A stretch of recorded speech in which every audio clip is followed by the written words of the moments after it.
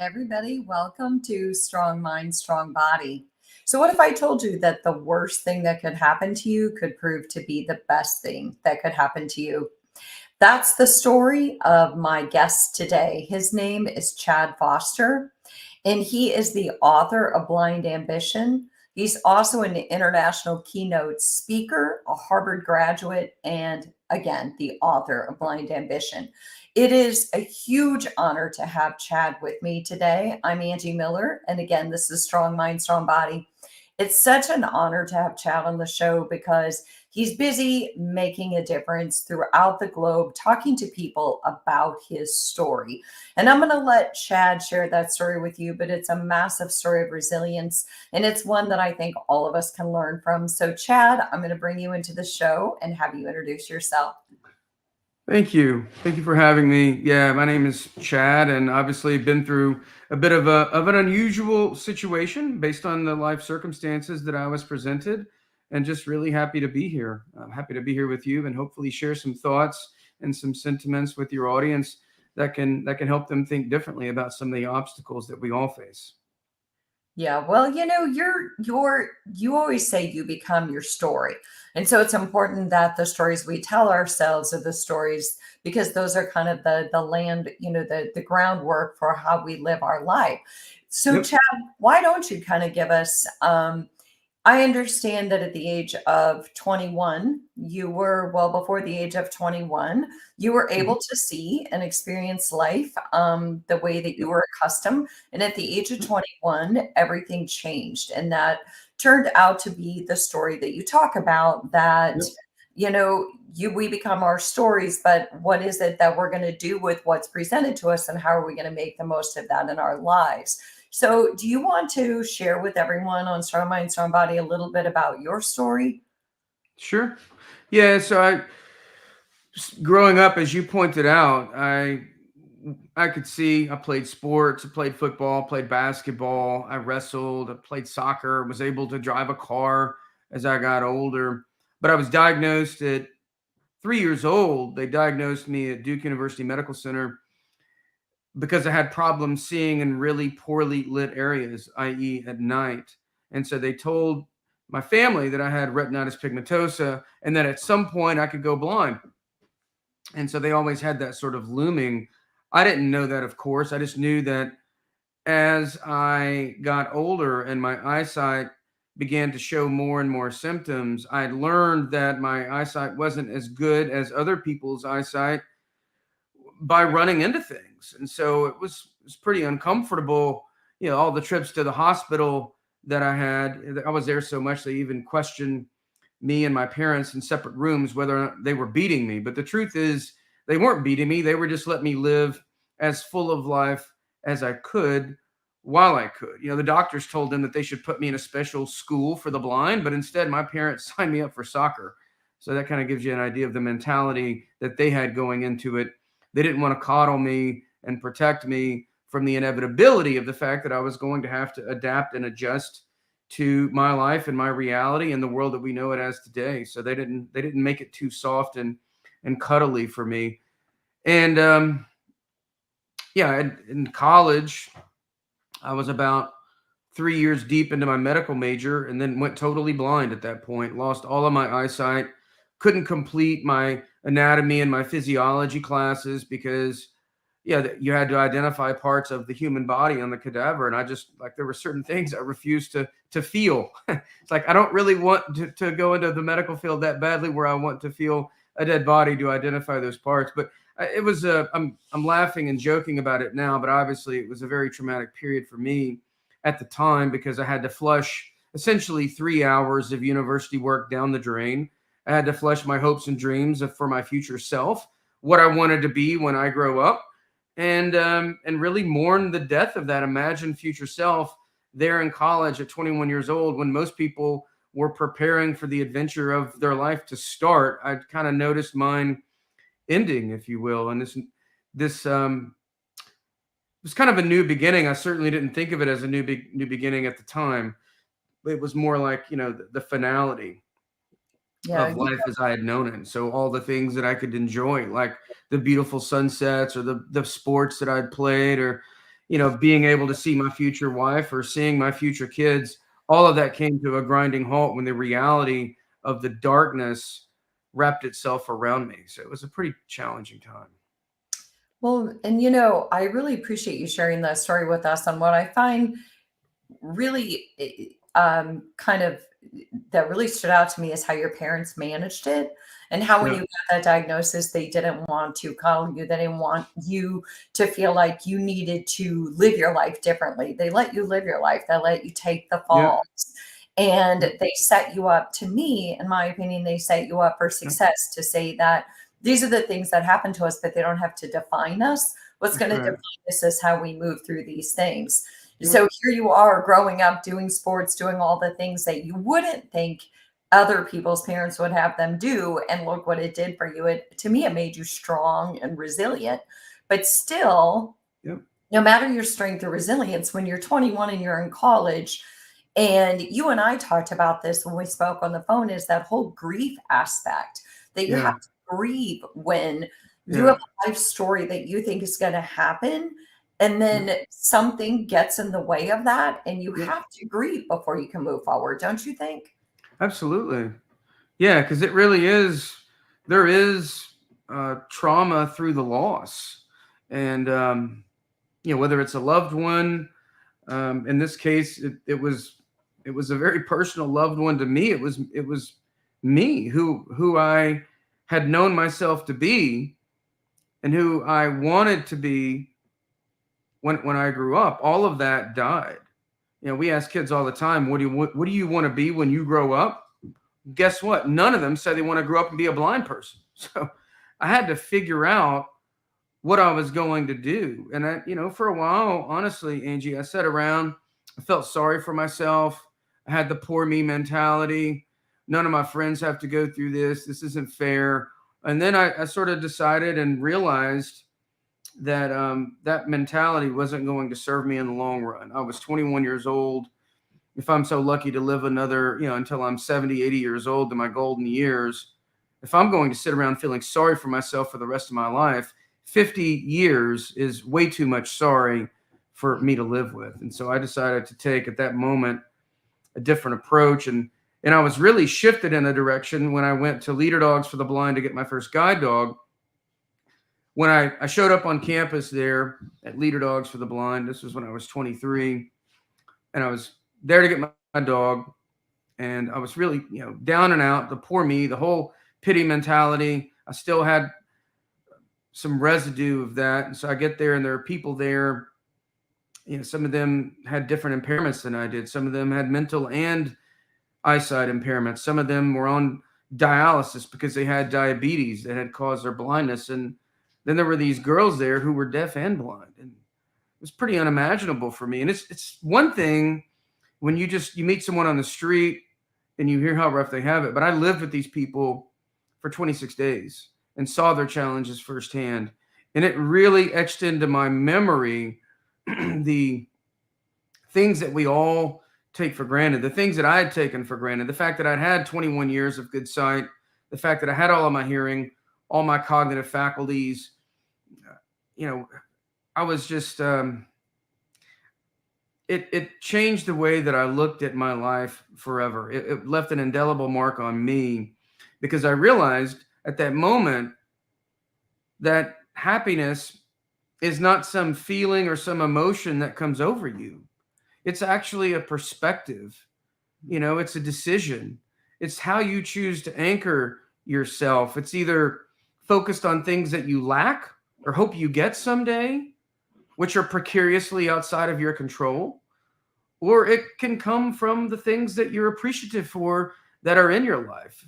And, it's more internally focused in that way. And so I learned at a young age, 23 years old, for me, the key to happiness was not letting it be affected by things that were going on around me, but instead coming from deep inside me. And that was a profound moment for me. And I apply the same things, to success. I think a lot of people look at success and they think success is some event that happens to them. Oh, when this happens, I will be successful. Or when that happens, I will be successful. I push back on that. I don't think that should be the way that we look at success. Success to me is a mind state. It's how do we look at the day-to-day activities of our life, and it's just the way that we show up. It's not some event, because some event implies that it may or may not happen, it may or may not disappear. So I don't really see happiness or success as one-time events tied to things outside of our control. I see them more as journeys that we have control over. Yeah. Well, and to your point, success is fluid. But, two things come to my mind, and that whole perspective key is huge, because I can imagine when you're 23 and you're going away and you're in this place where you're working with a dog, your dog, and you're meeting people all around you who've had different experiences and circumstances. And it really did give you perspective. It widened your lens. And I always think about perspective like Mhm. looking through a camera, Yep. and you expand the lens and you widen it so that you have a Mhm. greater field of vision. And I feel like that's what perspective does. It gives us a greater field of vision. And to your point, then it makes you realize that success isn't just one big thing, because all of us know that when you achieve that one big thing, your mind automatically goes, okay, what's next? And so Mhm. the joy and the happiness comes from the process of working toward things and appreciating the day to day moments that bring us joy. But Chad, before I turn this back to you, I want to reintroduce Mhm. you. My name is Angie, and this is Strong Mind, Strong Body, and I'm talking to Chad Foster. He's an international keynote speaker. He's also a Harvard graduate and the author of Blind Ambition. And at the age of 21, Chad's life changed dramatically when he turned legally blind. And Chad, you're talking about perspective, but one of the things that you talk about that I found the most kind of enlightening or helpful was you said victims stay trapped and visionaries bounce back. And I feel like Mhm. that's kind of what you're saying is for a while you went into that victim state, Yep. then you gain perspective and you realize, you know what, do I want to be a victim or do I want to be a visionary? So Yep. how did you go away, you start to see these people. What was the real turning point for you where you thought, okay, I got to bounce back?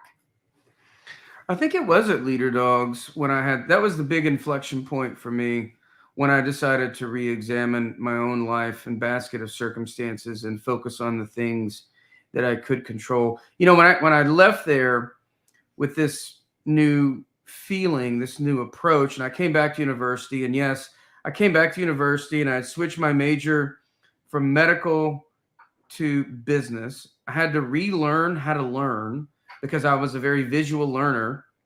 And so I didn't really know how I was going to learn. So I had to relearn how to learn. And the obstacles were pretty significant. I didn't know how to use a computer at the time.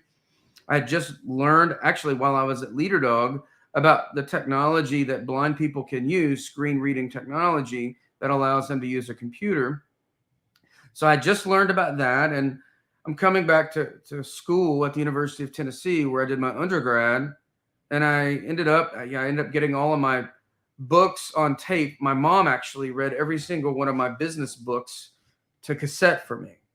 And that was a really powerful moment for me because it inspired me to lean into the discomfort of relearning how to learn.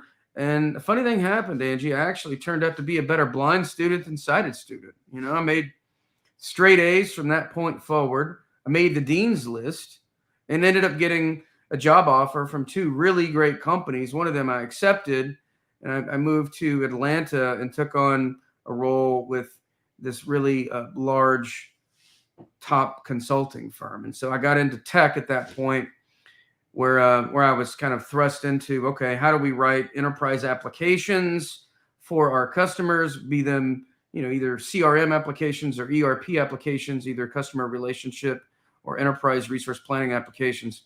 And I just learned how to use a computer a year prior.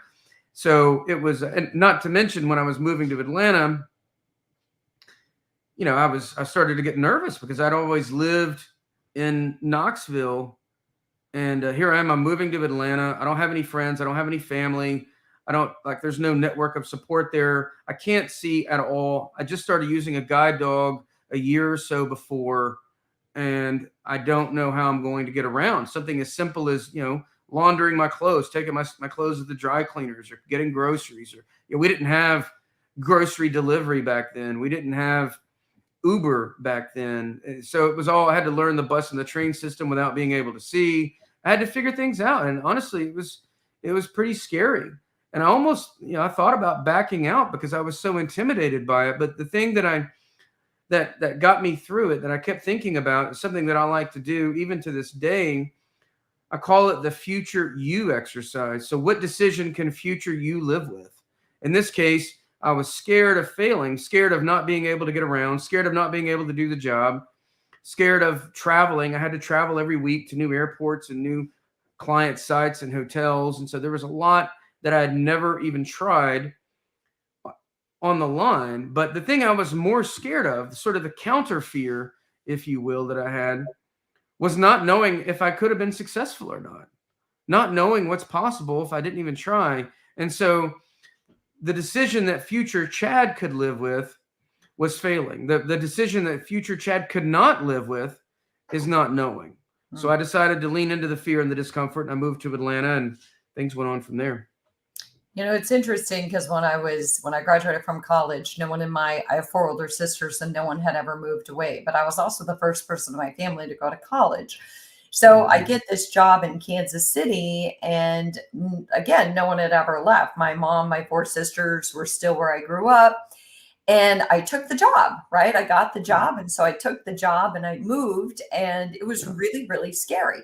But I can't imagine how much more scary it would have been if my whole life had completely changed and I was no longer a seeing person and I had all those other things in front of me that I had to navigate. And here you were traveling. But, it's interesting because that was my fear too. It wasn't that I might fail. It was what would happen if I didn't even try. And the fact that then I would just have to go back home, if you will, and land in a safe space. And landing in a safe space isn't always a place of growth and opportunity. So I have, huge amounts of admiration and my own smaller level of understanding of what that's like to just take a chance on you. But I like that future you and focusing on what's possible instead of what could go wrong. Because that's kind of what I hear you say throughout this whole thing is it's focused on what you can control. So you can control the fact that you got this opportunity and you can make the most of it and see if you can make it work. Yep. Chad, you talk about, you have a resilience model. And I know that that's what you use in your keynotes.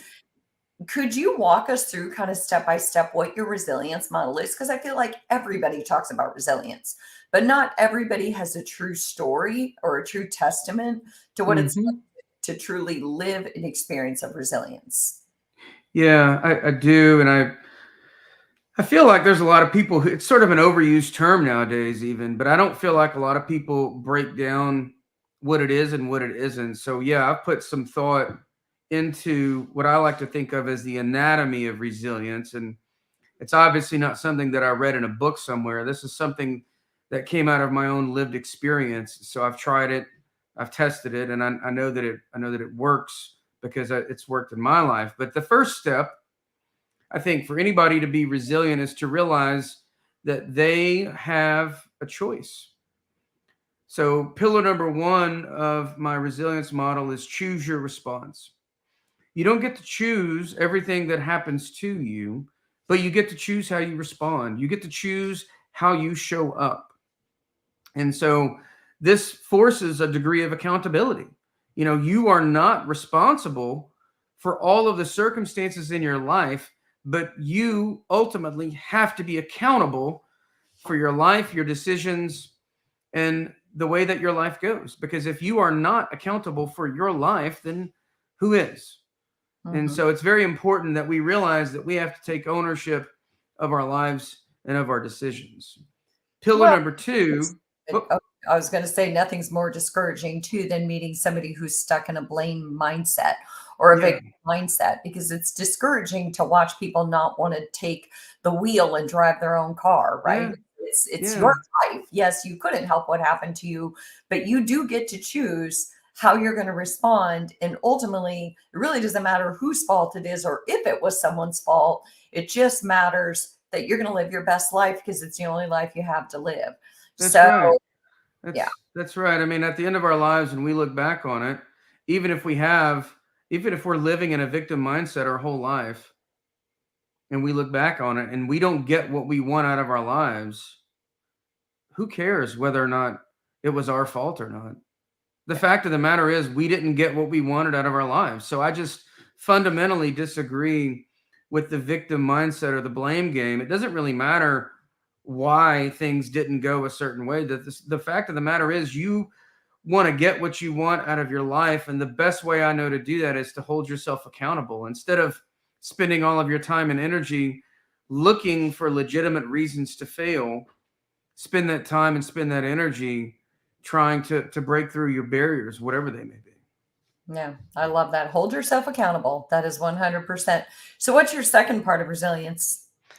Tell yourself the right stories, because you will become the stories that you tell yourself. Now, essentially, I could have told myself one of two stories when I went blind. Story number one is that I went blind because I've got really bad luck. And story number two is that I went blind because I'm one of the few people on this planet who has the strength and the toughness to overcome it and use it to help other people. Now, technically, both of these stories are true, but the first story frames me up to be a victim, the poor me story.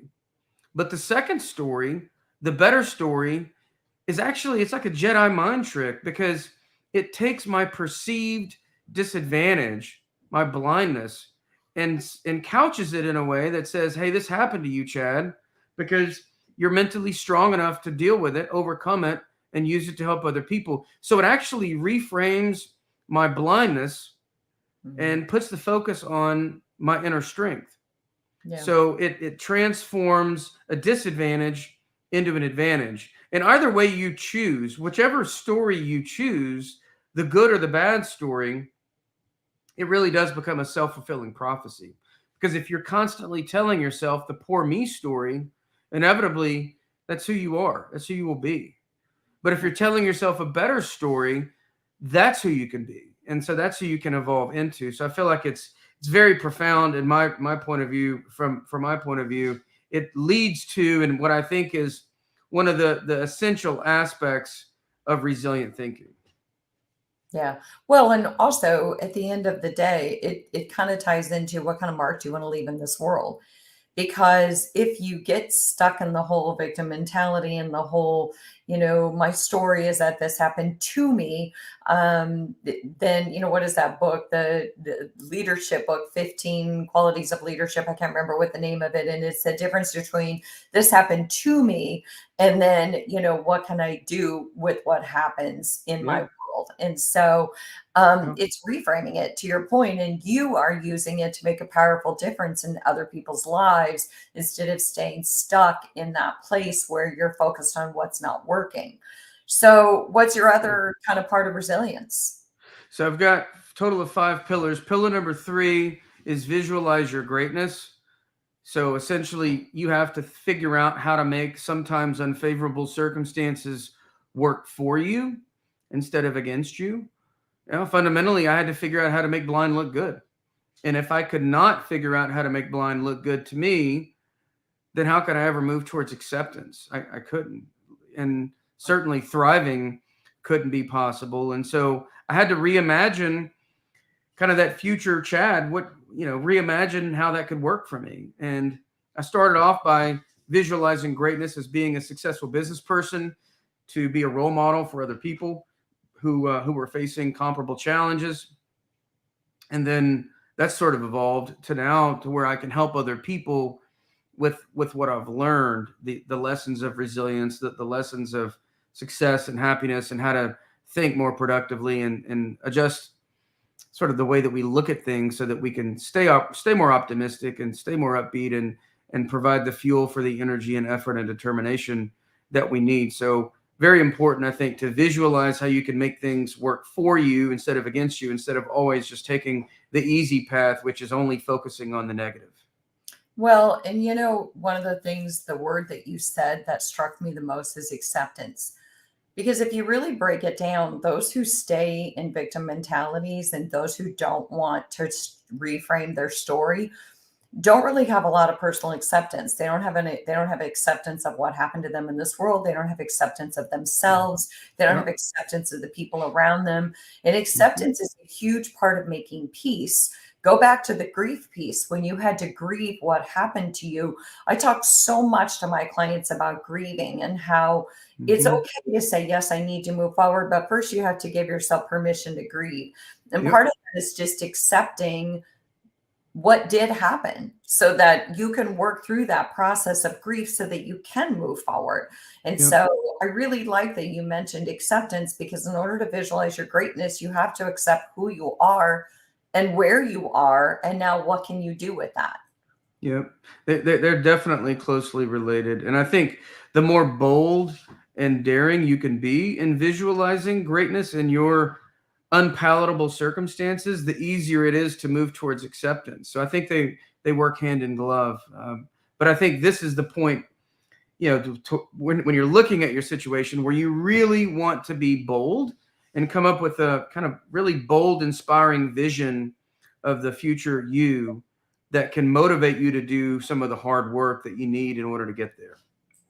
Well, so Chad, before you go any further, I want to reintroduce you. I'm talking to Chad Foster. He's an international keynote speaker. He is a testament to resilience. He's a Harvard graduate, and at the age of 21, he went blind and he wrote the book Blind Ambition. And Chad, your stories of resilience, I think, are so powerful. And I love the acceptance piece. I love the idea that we need to kind of rewrite our story and not think about being a victim, but think about how we respond to life. One thing before Mhm. you go on, I have to ask you something. Sure. You mentioned that word bold, and I always think about that like, how do I live boldly? How do I make the most powerful difference? How do I step? I feel like I'm a courageous person, a strong Mhm. person. I'm willing to be uncomfortable. But what is the key to boldness? What is the key to saying, you know what? It's okay to be completely vulnerable and it's okay to just put myself out there and it may or may not work. What's your key to boldness? I think it probably has to do with, and this actually does segue into my next pillar pretty nicely. It starts with a belief, a confidence in oneself that success or failure on one given thing will not define you. You will not be defined by whether or not you succeed on this one thing. And I think a lot of that has been buoyed in my case by my willingness to exercise my fourth pillar for resilience, and that is get comfortable with discomfort. I feel like I've done that so much in my life. I've been out of my comfort zone so much that I'm willing to experiment. I'm willing to try new things. I'm willing to see whether or not I can be successful at different things and even the small things. And I would say, in contrast to visualize your greatness, which I think needs to be bold, I think getting comfortable with discomfort has to start really small because when you get slightly outside of your comfort zone, the consequences aren't too great.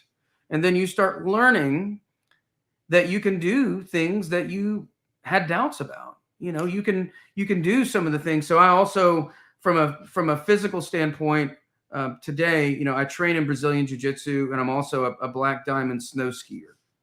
Neither of which I had tried before I went blind. I started skiing at 38 years old, and I started practicing Brazilian jiu-jitsu at nearly 46 years old. Oh my gosh. I saw videos of you skiing. And Yeah. being that I'm an extremely novice skier and I ski like, I look at when I go skiing in Colorado and I look at these kids just like whamming past me 100 miles an hour and I'm like, Yeah. wow, that's true courage. Yeah. I saw videos of you skiing and I was struck by just complete shock and just admiration. So I didn't realize that you took up skiing so late. You know what that comes to my mind? It isn't just Mhm. confidence and boldness. What comes to my mind is fear. And I feel like, if there's one thing that I can I listen to you and I go, okay, that's one thing that I am all in on is facing fear. In fact, if Yeah. I'm really scared of something, that makes me want to do it. I don't Yeah. fear getting in my way. And it sounds Yeah. like you are double down on that, right? I have. In fact, I did my first combat sports tournament last May, and I was very uneasy. I was going up against guys.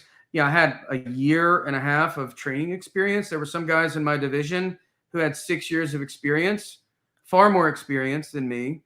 They obviously could all see. I don't know if that's obvious or not, but they could. I was the only one who couldn't see. And in a combat sports tournament, you have to go in knowing that people want to take your arm home with them. They are there to rip your arm off. That's just kind of how it works. It's very competitive.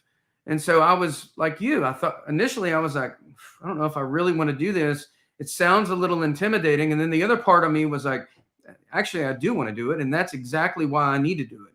Yeah. Because I'm not competing against the competitors at this tournament. I'm competing against myself. Yeah. Isn't that I'm fighting the one enemy who constantly prevents me from reaching my full potential, and that's me. And Mm, so I need to face those fears. And when you do, you face those fears, they lose all the power and control. And on the other side of every fear is growth and opportunity. And yeah. so I feel very strongly about that. And obviously I didn't start off in jujitsu going to compete. I didn't start off in skiing on a double black diamond. I started off small, learning the basics, putting in the work, and really getting comfortable with the discomfort. But I think, like I said, in contrast to visualizing greatness, that has to be bold. Starting off getting comfortable with discomfort, start small because you start to learn that you can do things and that the fears that we all have are unwarranted a lot of times. Yeah. Well, and you know what I think about fear? I tell my clients this a lot. A lot of my clients say, well, I like to have control. And if I get out of my comfort zone, then I feel like I'm out of control. But my thought to that is, to me, and you kind of said it in a better way than me, is where you really have control is when you face your fear, because then you are taking away fear's power and you are empowering yourself. And so to me, that's where you have control. And even if it doesn't go the way you want it to go, you put yourself out there, and that's a sense of control. It's controlling what you can control, making a decision to say fear's not going to get in my way. So, yeah, you are full of courage and all that. So I just, what's your I'm, key to resilience? I'm sorry, my what? Fifth What's your key? key to resilience? The fifth pillar is take advantage of your disadvantages. And so the idea there is that every perceived disadvantage in life offers us some advantage if we use it in the right context. And so how can you take things that you look at as a disadvantage in your life and put yourself in a position to capitalize on them? Things that you can't control, things that are outside of your control, if you can't change them, I think you change how you attach yourself to them and figure out how they can work for you instead of against you. Mm, I like that. Change how you attach yourself to them, because, are we wearing it around us like a warm blanket, like it's an excuse? Or are we shedding that blanket and saying, yes, this is part of my story, but it's not my whole story. And really, my story is going to be what I make out of it. So, how you attach yourself to it is huge. Chad, you and I, when we talked on the phone, I hung up. First of all, we had never spoken on the phone. And then Mhm. 5 minutes in, I'm telling you a story that only a few of my very close friends know.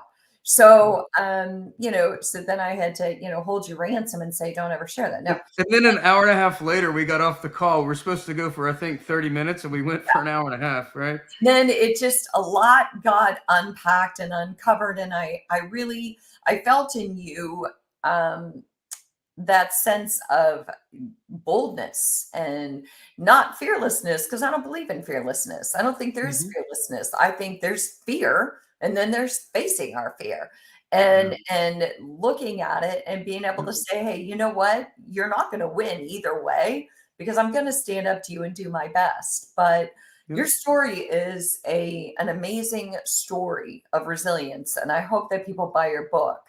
And I know that Thank you you. and I talked about, ways of staying connected, and I personally feel connected to you. And I really appreciate you coming on Strong Mind, Strong Body and sharing with listeners, because I know for a fact that there's one thing too that you didn't really mention. You mentioned your sportsmanship, but you are an active exerciser on a daily basis, right? Oh yeah, I've been lifting weights and exercising. Lifting weights since I was 14. I've been playing soccer. I started playing soccer at 3 or 4, and I've been a gym rat since I went blind. I've always been a gym rat. Really love going to the gym. I've got a gym in my basement that I get up and go work out at 5 o'clock in the morning every day. But now the cardio, I have a bunch of cardio machines down there. Got a rowing machine, an arc trainer, a Versa climber, a few other things. I don't really use those anymore. I get my cardio from jujitsu. So I do jujitsu 5 to 6 days a week. It's all the cardio you need really when you're training for an hour and a half, 2 hours every day. But yeah, I love it because I feel like the stress that I put on my body prepares my mind to take on more stress too. So I honestly don't think I would have come out of going blind the way that I did had I not played sports. I feel like the grind of sports training, showing up every day, putting yourself through the rigors, being disciplined, holding yourself accountable, making sure that you do the hard work, kind of going through the pain, right? Enduring the pain of training physically kind of prepares you for some of the emotional things that life throws at you. And I've seen that, as I was going blind, and today, a lot of that there's a bleed over effect from my jujitsu training, whether it's dealing with showing up every day or the training, whether it's the rigors of it, or even things like facing your fears. We talked a lot here about fears. First time a black belt's putting you in a chokehold and you've got no way out, it's pretty terrifying. But the more you train in jujitsu, it actually teaches you to settle into the terror. So instead of panicking and having your adrenaline spike, and your heart rate get out of control, you learn to calm yourself, loosen up, relax, and just settle into the terror, which is it's a really transferable thing, whether you're training in the gym, or maybe you've got a personal matter that's really stressful, or maybe a work-related thing that's causing you some anxiety. What if we could all get really, really good at getting calm and relaxed and confident whenever we're facing those fears? Yeah, settle into the terror. That's one that's going to stay with me. So, Chad Foster, thank you so much. I'm going to have you share in a minute how people can reach you. But if there's one takeaway that I got out of this, aside from your anatomy of resilience, it is just hold yourself accountable. If all of us in this world would show up and hold ourselves accountable, and that was our mission, is not to hold others accountable, but to hold ourselves accountable. Yep. Imagine what we could create. And so Wow. that in the whole idea of facing fear, not being fearless, but making fear something that we're not going to run away from. So, Chad, thank you so much. Thanks to all of our Strong Mind, Strong Body listeners. Can you tell our listeners? I know I saw it in your backdrop, but is there a different way you want to share? I see chadfoster.com, blindambitionbook.com. Is there any other way that people can reach you, or anything else that you want to put out there? I think chadefoster.com, that's my website, is probably the easiest way. And from there, they can find all my social media handles. I'm on Twitter at Chad E. Foster, Facebook and Instagram, find Chad E. Foster. I'm on LinkedIn, and we've done a little bit on TikTok, not a whole bunch yet. But if they go to my website, chadefoster.com, then they'll find all that information there. Okay. Well, thank you again, Chad. Thanks for coming on. Thank you for sharing your story. I feel it. And thanks to all of our Strong Mind, Strong Body listeners. We'll see you next week.